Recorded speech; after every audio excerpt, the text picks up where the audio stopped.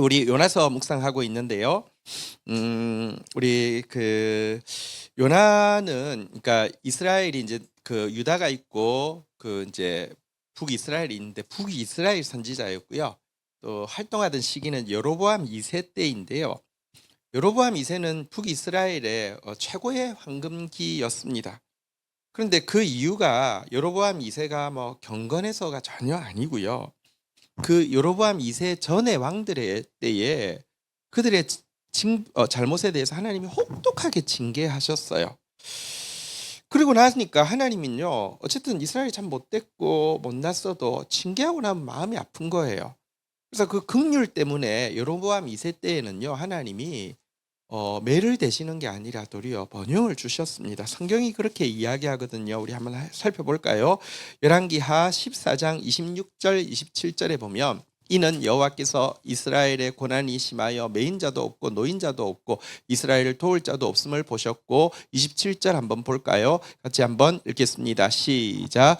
여호와께서 또 이스라엘의 이름을 천하에 없이 하겠다고도 아니하셨으므로 요아스의 아들 여로보암의 손으로 구원하심이었더라. 그래서 여로보암 2세, 이게 여로보암 2세인데요. 2세 때는 되게 번영했습니다. 최고의 번영기였습니다. 그리고 이 번영을 위해서 여러분 이스라엘 혼자서 번영할 수 없거든요. 주변 국가와의 관계가 있잖아요. 북이스라엘의 최대 라이벌은, 그러니까 최대 위협은 아수르죠. 사실 라이벌이 안 됩니다. 북이스라엘은 작고 아수르는 굉장히 큰 나라니까요. 그런데 이 여로보암 2세 때 하나님이 일시적으로 아수르를 굉장히 약하게 하셨습니다. 그게 여로보암 2세 때 번영할 수 있었던 이유지요. 역사책에 보면 여로보암 2세 때 아수르에 2해에 걸쳐서 큰 전염병이 돌았다고 하는데요. 요즘 시대에도 코로나 때 진짜 많은 사람 죽었잖아요. 근데 과거는 약이 없는 시대에 그걸 2해 동안 전염병이 돌면 그 뭐 정말 그 사회 감당이 안 되거든요. 하나님이 아수르는 사실 굉장히 무지막지하게 인류 역사에서 가장 잔인한 제국으로 정평이 나 있습니다. 근데 하나님이 아수르를 심판하셔서 약하게 하시고 그 기간 동안에 여로보암 2세 때에는요, 번영을 누리게 하셨습니다. 근데 다시 이야기합니다. 여로보암 2세가 선해서가 아닙니다. 하나님이 그들이 너무 못돼서 매를 때리셨는데도 여전히 못되니까, 여전히 못된 모습을 보시는 게 아니라 내가 완전히 멸하겠다고도 이야기 안 했는데 이렇게 막 계속 매 맞고 있는 모습 보니까 그냥 불쌍히 여기신 것입니다. 자, 그러면 여러분 잘한 일도 없는데 번영하면 좀 마음이 너그러워야 되지 않겠습니까? 근데요, 이상하게 이때 여러분 하나님의 긍휼을 경험하고 제일 강화된 게 뭐냐고 하면 배타적 선민 사상입니다. 우리는 아브라함 자손이니까 뭘 해도 잘 돼. 이러면서 배타적 선민 사상이 강화되고요. 배타적 선민 사상이 강화될 때 나타나는 게 이방인에 대한 미움과 적대감이었습니다. 사실 아직은 아수르가 이스라엘에게 위협이 되는 것은 사실이고 항상 무섭지만 침공을 받은 적은 없습니다. 여로보암 2세까지는 침공을 받은 적은 직접적으로는 없는데요. 근데 그들은 지금 전염병으로 막 너무 큰 고통을 당하고 있고 우리는 범죄함에도 불구하고 잘 되고 있으며 우리에게도 하나님 긍휼을 베푸셨는데 저들도 좀 불쌍히 여겨주셨으면 좋겠습니다. 이런 마음이 안 되고요. 우리는 선민이니까 이게 잘 되고 저것들 저건 더 망해야 돼. 이런 마음이 생기게 됩니다. 여러분, 우리가 지금 대한민국이 사실 역사적으로 아마 우리 대한민국이 존재하고는 가장 황금기를 누리고 있을 수도 있습니다. 그렇죠? 근데 이게요, 우리 한국 사회가 너무 건강하고 특별히 한국 교회가 너무 아름다워서 그럴까요? 실제로 아닙니다. 한국 교회의 모습은 최악이고요. 한국 사회에 뭐 장점도 있습니다. 역동성이 있어서 여러분 사실은 이제 이런 이 무슨 쿠데타를 민주적인 방법으로 이렇게 극복할 수 있다는 것은 대단한 것입니다. 그러나 우리 사회만큼 물질 만능주의가 막 편만한 데가 없고요.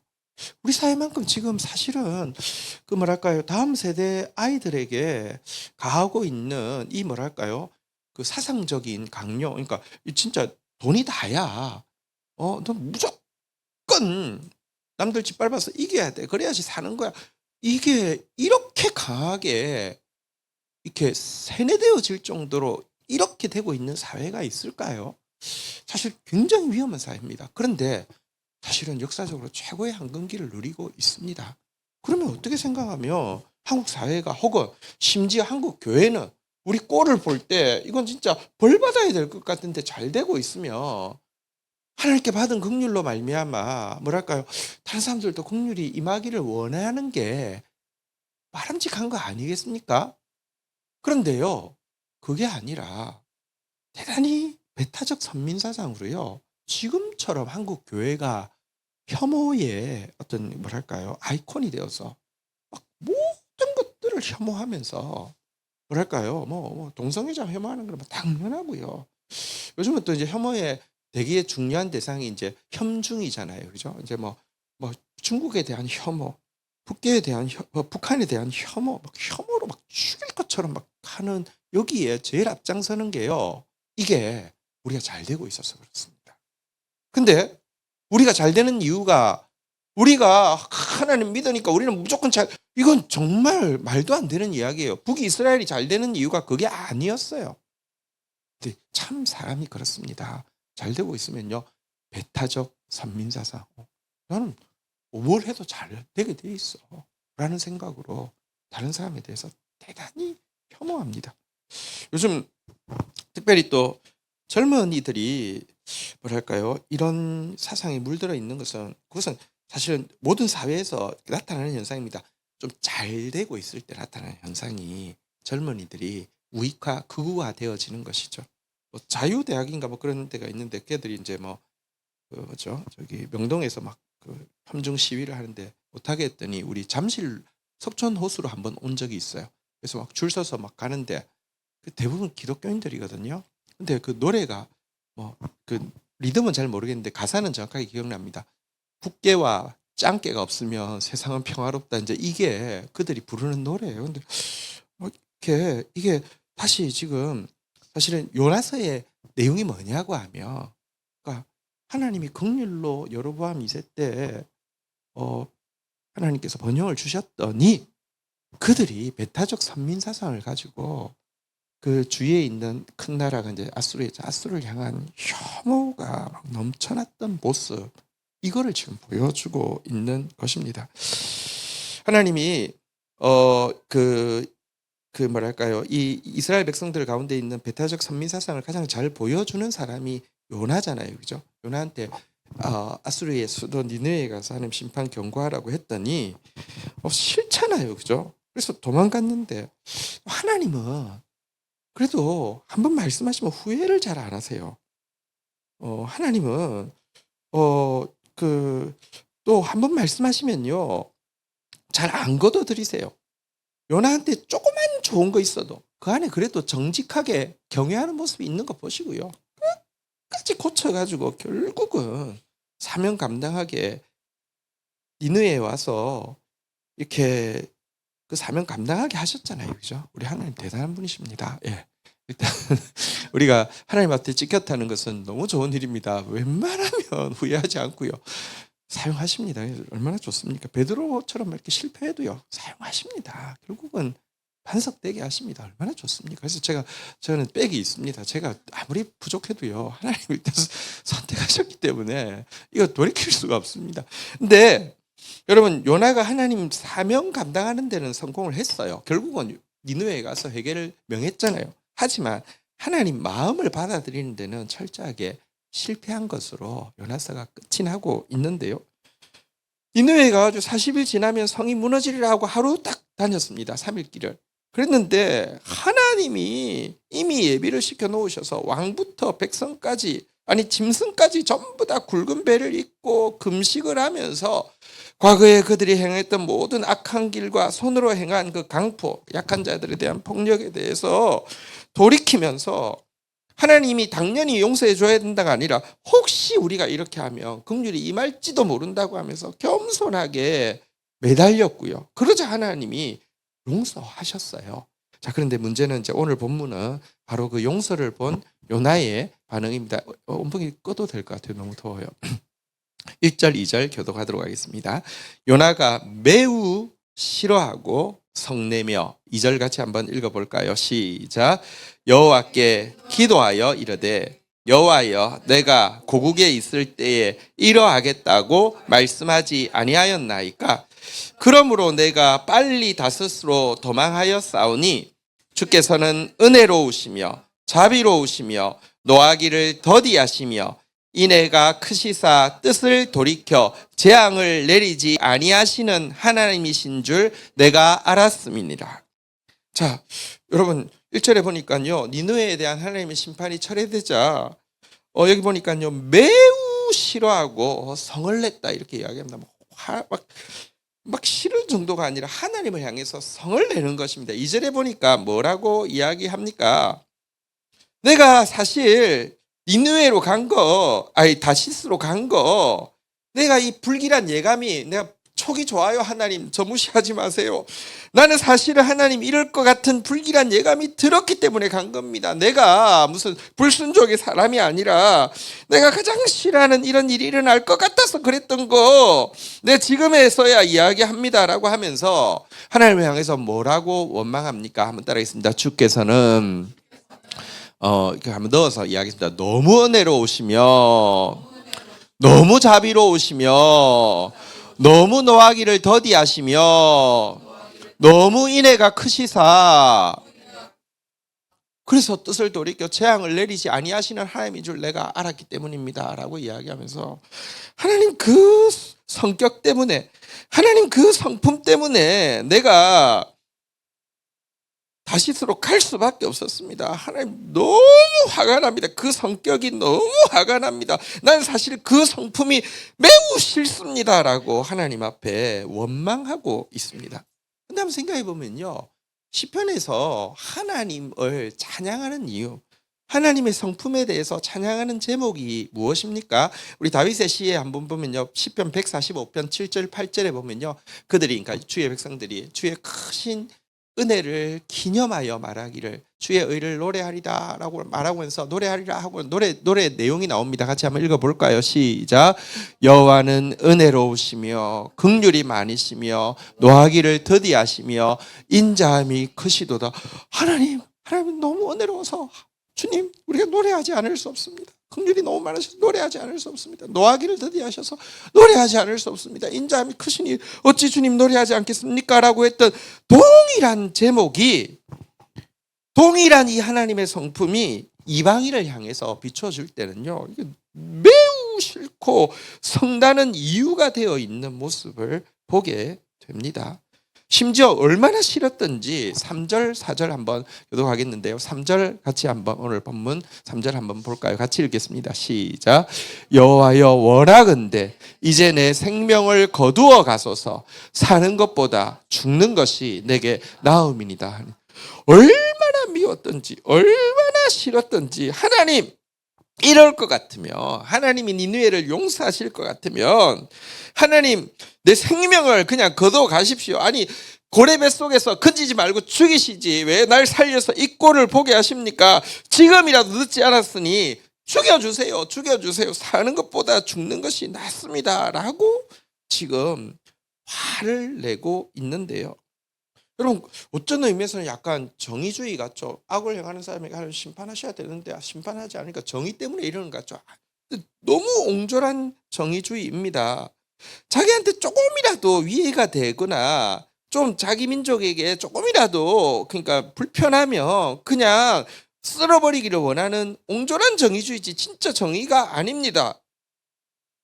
자기 민족만 하나님께 사랑받기를 원하고 다른 민족이 하나님께 사랑받는 것을 원치 않는 편협한 이렇게 그 민족주의적인 신앙이지 이거 건강한 신앙이 아니죠.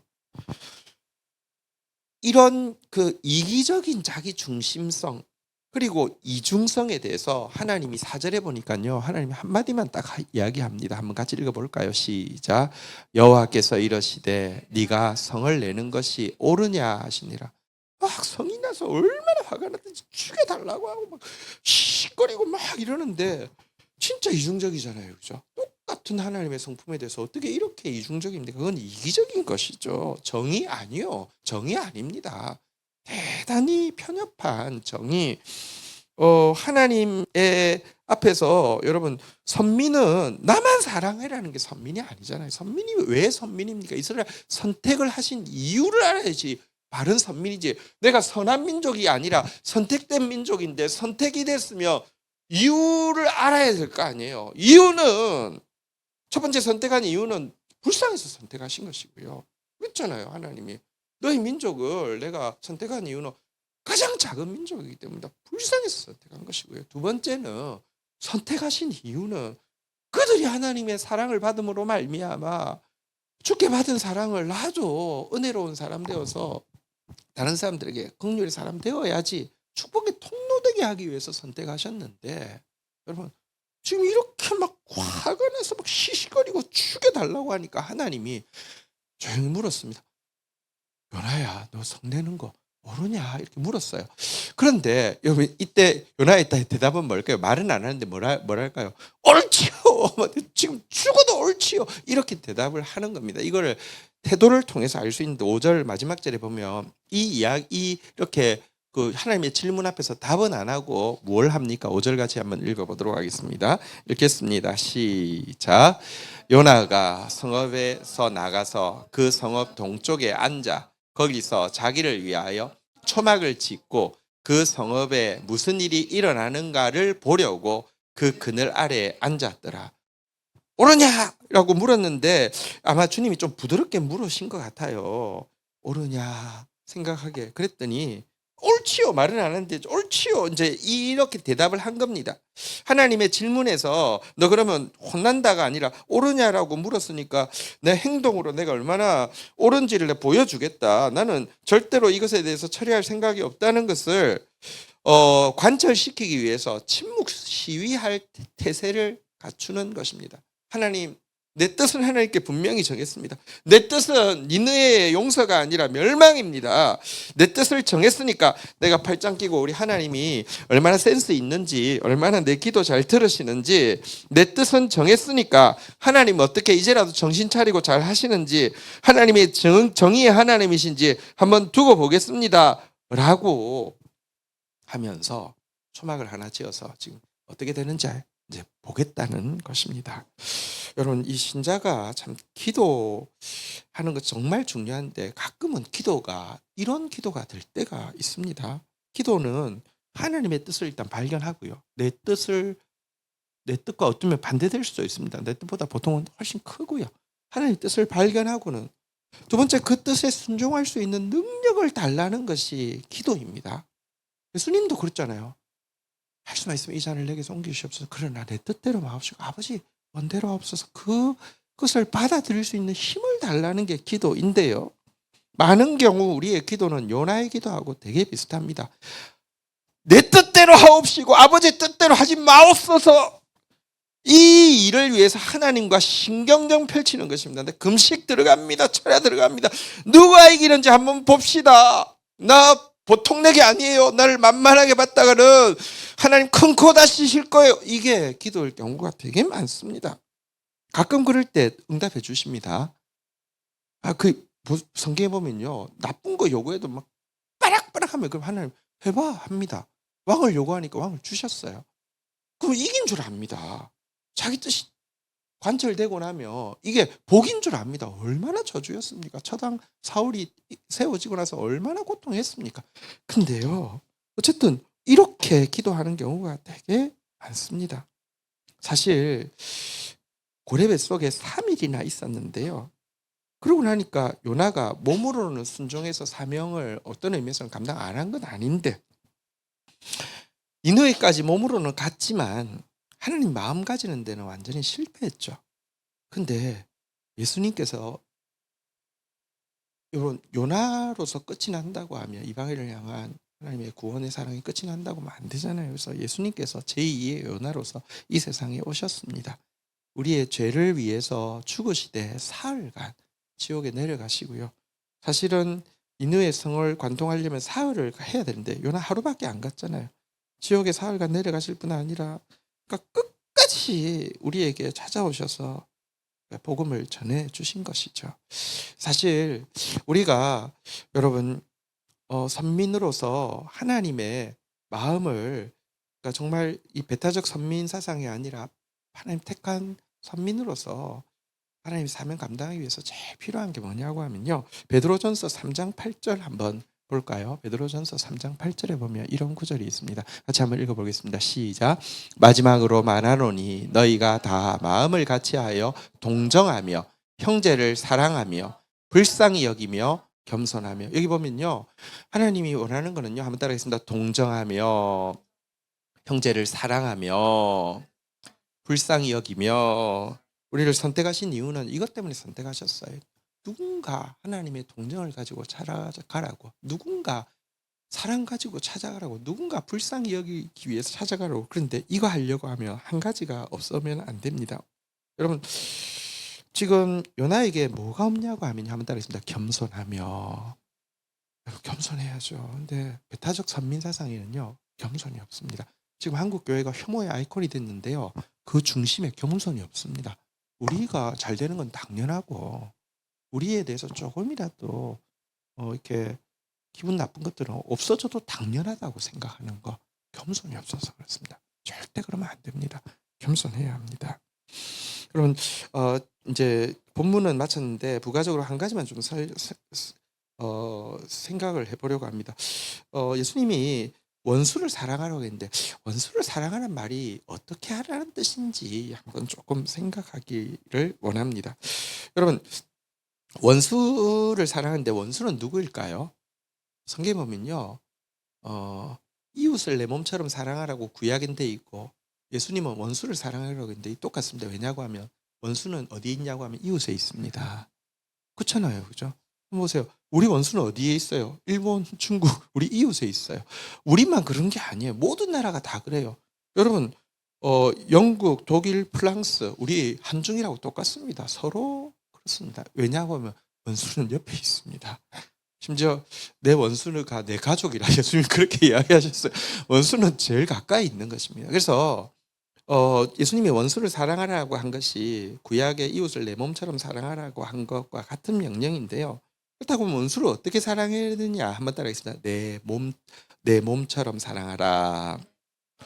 내 몸처럼 사랑하라는 게 이제 원수 사랑의 방법인데요. 내 몸처럼 사랑한다는 게 무엇인지 생각해 보면 어떻게 사랑해야 되는지를 알 수 있습니다. 한번 생각해 보십시오. 나를 내 몸처럼 사랑하라. 이렇게, 그러니까 내 몸처럼 사랑하고 있는데 내 몸을 어떻게 사랑하는지 한번 생각해 보십시다. 여러분 다 자기를 사랑하잖아요, 그죠? 근데 자기를 사랑한다는 말이 전부 자기 몸을 보면서 호감을 느끼고 매력적으로 생각하고, 왜 이렇게 훌륭해, 왜 조각상 같다, 이렇게 생각한다는 뜻입니까? 아니요. 너를 보면 이게 되게 추하게 느껴지고요. 또 내가 몸으로 한 일에 대해서도요, 되게 좀 부끄럽게 느끼기도 하고요. 어떤 때는 끔찍하다고 혐오스럽다고 느낄 수도 있습니다. 그래도 여전히 나를 사랑하는 것이고, 어쩌면 내 모습에 대해서 그렇게 정죄하는 것이 자기를 사랑하는 방법일 수도 있습니다. 그렇잖아요, 그죠? 진짜 사랑하기 때문에 자기가 한 일에 대해서 비판하는 것일 수 있잖아요, 그죠? 마찬가지로 원수 사랑이 이제 내 몸처럼 사랑하라고 했는데, 한번 보세요. 원수에 대해서 원수를 사랑하는 말이 항상 호감을 가지라는 말 아닙니다. 매력적으로 느끼란 말 아닙니다. 훌륭하게 보라는 말 아닙니다. 일본을 사랑하고 중국을 사랑하는 말이 호감을 느끼고요, 매력적이야, 중국 사람 너무 매력적이야, 너무 일본 사람들 훌륭해, 이 말이 아닙니다. 또 혹은 그들이 저지른 일에 대해서 혐오하지 않거나 미워하지 말란 말도 아닙니다. 잘못한 것에 대해서 혐오해야 됩니다. 잘못한 것에 대해서 미워할 수 있습니다. 그러니까 내 몸처럼 사랑하라는 말은 지금 방금 본 대로 무조건 호감 느끼거나 아니면 무조건 혐오하지 말란 말은 아닐 수 있습니다. 또 내가 나를 사랑한다는 거, 내 몸처럼 사랑한다는 거, 여러분, 내가 무조건 나를 두둔하고 벌받지 않아야 된다고 주장하는 것이 사랑하는 것입니까? 아니잖아요, 그죠? 진짜 자기를 존중하면 자기가 잘못한 일에 대해서 스스로 자수하러 가기도 하고요, 응당한 형벌을 난 받아야 됩니다라고 이야기하는 게 진짜 자기를 존중하고 사랑하는 방식일 수 있잖아요. 그죠? 마찬가지로 원수를 사랑하라. 그러니까 내 몸처럼 사랑하라는 말은요. 그들이 어떤 잘못에 대해서는 합법적인 방법으로 처벌받아야 된다고 생각하는 것이 원수를 미워하는 게 아니라 원수를 사랑하는 것일 수 있습니다. 그런데 여러분 그러면 내 몸처럼 사랑하라는 말을 조금 더 적극적으로 이야기하면 우리 이런 말 있잖아요. 한번 따라하겠습니다. 죄는 미워하되 죄인은 미워하지 말라. 근데 이게 사실은 말은 맞지만 이게 불가능한 일이에요. 어떤 사람의 그 죄는 미워하면서 행위는 미워하면서 그 사람 미워하지 않는 게 가능합니까? 불가능해요. 근데 딱 한 케이스는 가능합니다. 내 몸에 대해서는 가능해요. 생각해 보세요. 내가 잘못한 것에 대해서 앞에서 본 바대로 추하게 느끼고 스스로 벌 받아야 된다고 자수하러 갈 수 있지만 그럼에도 불구하고 나를 사랑한다는 것이 무엇입니까? 내가 행한 나쁜 일들, 나의 비겁함이나 이기심이나 욕심이나 음행에 대해서 미워하지만 그럼에도 불구하고 그런 형편없는 일을 행한 나에 대해서 안타까워하고 내가 개선되어지기를 바라고 앞으로는 그런 문제를 없는 모습으로 주님 닮은 모습으로 개선되어지기를 바라잖아요. 그죠? 내 몸에 대해서는 그게 가능해요. 내 몸에 대해서는 죄는 미워하지만 죄인은 미워하지 않을 수 있어요. 그죠? 처럼 다른 나라 이게 뭐랄까요? 원수를 사랑하라는 말이 그런 말입니다. 그들에게 호감을 안 느끼는데 억지로 호감을 느끼란 말 아니에요. 잘못했는데 잘못했다는 말 하지 않아라는 말도 아니에요. 그러나 그들이 호감이 느껴지지 않고 그들의 잘못에 대해서 알고 있음에도 불구하고 마음속에 그들이 개선되어지고 그들이 나아지기를 기대하는 마음을 포기하지 말라는 거예요. 그런 마음으로 아수르를 대하라고 요나를 보내시는 것이고 그런 마음으로 우리 주위에 있는 나라들을 대하라고 북한을 대하라고 또 요즘은 뭐 일본보다는 중국에 대해서 훨씬 더 그런 혐오하는 마음이 많은 것 같아요.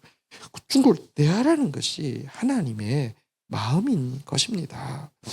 여러분 이런 것이 진짜 선민이죠. 그러니까 하나님이 우리를 택하셨습니다. 우리 때문에 일본이, 우리 때문에 북한이, 우리 때문에 중국이 잘 되고 회복되어지는 거. 또 지금 이제 캄보디아 사태가 크게 일어났는데요. 사실 캄보디아 그리고 라오스, 미얀마 여기가 왜 아시아에 마치 남미에 뭐 마약 소굴처럼 혹은 막 진짜 그 남미의 깽단들 무섭잖아요, 그죠? 그처럼 그렇게 될까요? 제일 가난해서 그렇잖아요, 그죠?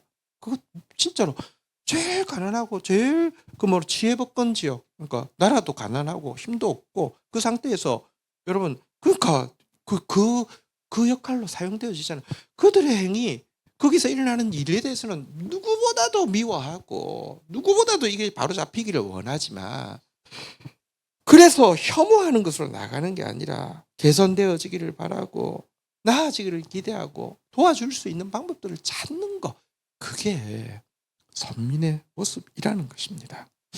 사실 우리가 이제 지난 주일날 이제 추수감사절 때 이제 헌금을 교회가 어렵지만 먼저 북한 땅에 진짜 어려운 지체들을 위해서 또 우크라이나 땅의 어려운 지체들을 위해서 우리 헌금하자고 했고요. 우리 성도들 진짜 참 너무 감사합니다. 그날 560만 원을 헌금해 주셔가지고 두 군데 나누어서 280만 원씩 이제 바로 보냈는데요. 정말 감사하게 생각합니다. 그게 하나님 기뻐하시는 일이라고 생각합니다. 그래서 진짜 감사하고요. 또 저는 이제 북한이 너무 어려운 이야기를 듣는데 그래서 이제 저기 50톤인가 뭐 급하게 뭐 500톤인가 뭐 이제 곡식을 사서 보낸다고 하는데 사실 재정이 필요하잖아요. 그래서 어떻게 도울 수 있을까 생각하다가 이제 우리 강동진 목사님이라고 참 진짜 귀한 분이 계세요. 그분 생각이 나서 이렇게 전화를 했어요. 전화를 하니까 그래서 우리 지금 북한 다녀오신 선교사님 잠시 좀 만날 수 있겠냐고 하니까 그러니까 너무 바쁘세요. 그래서 공항에 이제 입국해서 들어오는 날 공항에서 잠시 이제 만남을 주선해서 만나게 해드렸어요. 그리고는 또 뭐 지금 또 이제 스페인 또 바로 나가서 그러니까 우리 목사님은 진짜 말씀 하나 붙잡고 그 말씀이 하나님 나라를 이루는 것을 증언하는 진짜 참 제가 참 존경하고 사랑하는 동력자입니다. 예, 그 우리 강동진 목사님 붙잡은 말씀은 딱 하나입니다.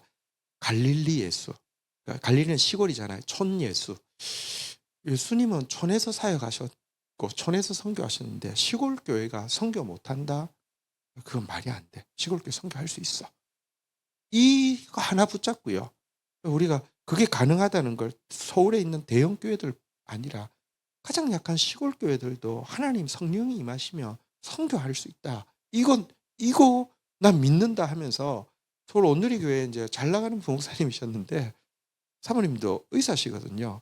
근데 그 직업도 뭐 다 놔두고 온누리 교회에서 지원해 준다는 것도 지원받아서 가면은 시골 교회가 아니잖아요. 그죠? 땅만 시골에 있다 뿐이지. 그래서 진짜 아무것도 할 수 없는 시골 교회가 갈릴리 예수 믿고 선교할 수 있다는 거 믿고 나간다고 하면서 이제 몇몇 형제들과 함께 공동생활 한다고 시골에 갔어요. 근데 현실은 또 만만치 않잖아요. 그죠? 몇 년 동안 이제 같이 농사 짓고 뭐 이렇게 우리가 이제 성장해가지고 이제 선교하겠다고 했는데 농사 안 지어본 사람이 농사 짓고 돼지 안 쳐본 사람이 돼지 치면 여러분 성공할까요? 성공은 무슨 그리고 또 여러분 어떤 비전으로 뭉친 공동체가 제일 위험합니다. 비전은 있는데 사랑이 부족하면 그만큼 잘 싸우는 데가 없어요. 여러분 농사는 실패해서요 완전 먹고 살기가 힘들고 비전 때문에 매일 싸우다가 이제 우리 실패를 인정하고 같이 기도하고 이제 마치자. 이제 우리 마칠 때 기도를 해야 될 거 아니에요. 그래서 며칠 집회하는데 성령이 임하신 거예요. 성령이 임하시고 나니까 전부 정말 눈물을 흘리면서 서로가 막 용서하고 사랑하게 되고 그때 하나님께서 음성을 들려주셨습니다. 한마디를 들려주셨습니다. 닭! 이렇게 이야기하셨대요. 닭을 키우라고. 진짜 들었대요. 닭! 그래가지고 그래서 닭을 키웠는데 이분이 닭을 정말 태초의 닭처럼 행복한 닭으로 키워서 이분이 닭을 키우는 방법이 온 세계 1등이에요. 그래서 그 방식으로 지금 전 세계 2만 군데인가 양계장을 확산을 시켰고 그게 그 양계장을 하는 교회들이 다 자립을 해가지고는요. 그 교회들이 선교를 해요. 그러니까 목사님은 국내에 들어와서는 공동체와 함께 또 이렇게 뭐 닭 키우고 또 지금은 이제 벌을 키워요. 왜냐하면 저기 이제 닭도 못 키우는 지역이 있어요. 그런 지역은 이제 벌 이렇게 키우고 그거 위해서 막 예초하고 또 집 짓고 하다가 또 뭐 스페인 갔다가 또 뭐 중국 갔다가 막 이런 일을 하거든요. 근데 제가 이제 우리 그분 그리고 또 그 어느 집회를 가든지 이제 막 선교해야 된다고 하면 참 그분들이 자립하고 나면 선교를 그렇게 열심히 해요. 그래서 우리 박원준 선교사님 소개를 시켜드렸더니 오늘 지금 스페인 집회 중인데 문자가 왔어요. 북한 박원준 선교사님께 1,000만 원 지금 보내려고 한다고 계좌번호 보내라고 하는 거예요. 그 왜 그러냐면 누군가 이제 그 이야기를 듣고 헌금을 하면 이분 진짜 정말 보면 이렇게 도네이션 많이 받는 사람이 없는데 이렇게 거지같이 사는 사람이 없어요. 딱 제 스타일이에요. 저는 너무 잘 통해요. 근데 받자마자 바로 막 흘려보내요. 그러니까 참 귀하죠. 참 정말 저게 선민인 거예요. 선민인 거예요. 근데 우리 이제 목사님이 근데 이제 그 농장이 제일 많은 곳이 중국이거든요. 근데 우리 목사님도 뭐 예절 없는 거 안 좋아하죠. 누가 예절 없는 걸 누가 좋아해요, 그죠? 또 뭐 독재에 대해서 당연히 안 좋아하죠. 되게 의식이 있으세요. 되게 이렇게 뭐랄까요? 되게 그 의식 있는 목사님이세요. 근데 그거 하고 내 원수를 사랑하라. 내 이웃을 내 몸같이 사랑하라. 그 의식이 있으면 무조건 혐오해야 됩니까? 그게 아니라는 거예요. 중국 갔다 오시면서 제가 이제 중국 갔다 오실 때 이제 공항에서 박원준 성사님하고 연결해 드렸는데요. 그날 페북에 올라온 글인데 제가 보면서 참 마음이 너무 따뜻했어요. 중국은 내게 너무 특별한 곳이다. 나는 중국 친구들을 사랑한다. 그들이 내게 베풀어 주었던 우정과 사랑과 헌신을 기억한다. 중국 내지 곳곳을 다니며 사도행전에 나와 있는 대부분의 이적들을 나는 경험해 보았다. 거의 대부분 일주일 혹은 열흘 동안 하루에 10시간이 넘는 긴 시간을 말씀을 나누며 중국이 하나님의 은혜로 복을 누리고 하나님의 성민으로 나아가는 예수의 제자로서는 믿음의 길을 나누었다. 2번 정도로 기억하는데 통역하는 분이 아직 강의가 끝나지도 않았는데 통역하다 말고 땅바닥에 엎드려 통곡을 하기 시작하는데 내가 너무 당황스러워 그 사람을 다시 세워 통역을 계속하게 하려고 했는데 그럴 필요가 없었다. 회중들 모두가 통역자처럼 가슴을 치며 눈물로 주님께 기도하던 모습이 보였다. 이런 이제 뭐 글들인데, 여러분 이게 진짜 그리스도인들이 나아가야 되는 길이잖아요, 그렇죠? 요나서를 보면서 요나라고 하더라고요. 요나, 못된 요나, 이기적인 요나, 이중적인 요나, 교만한 요나. 네, 진짜 우리 한번 다시 따라하겠습니다. 마음을 같이하여 동정하며 형제를 사랑하며 불쌍히 여기며 겸손하며 우리 그렇게 나아가는 진짜 선민, 주님 선택받은 선민으로서의 삶을 살기를 주의 이름으로 축원드립니다. 우리 같이 한번 찬양하며 주님 앞에 나가는 시간 가지도록 하겠습니다.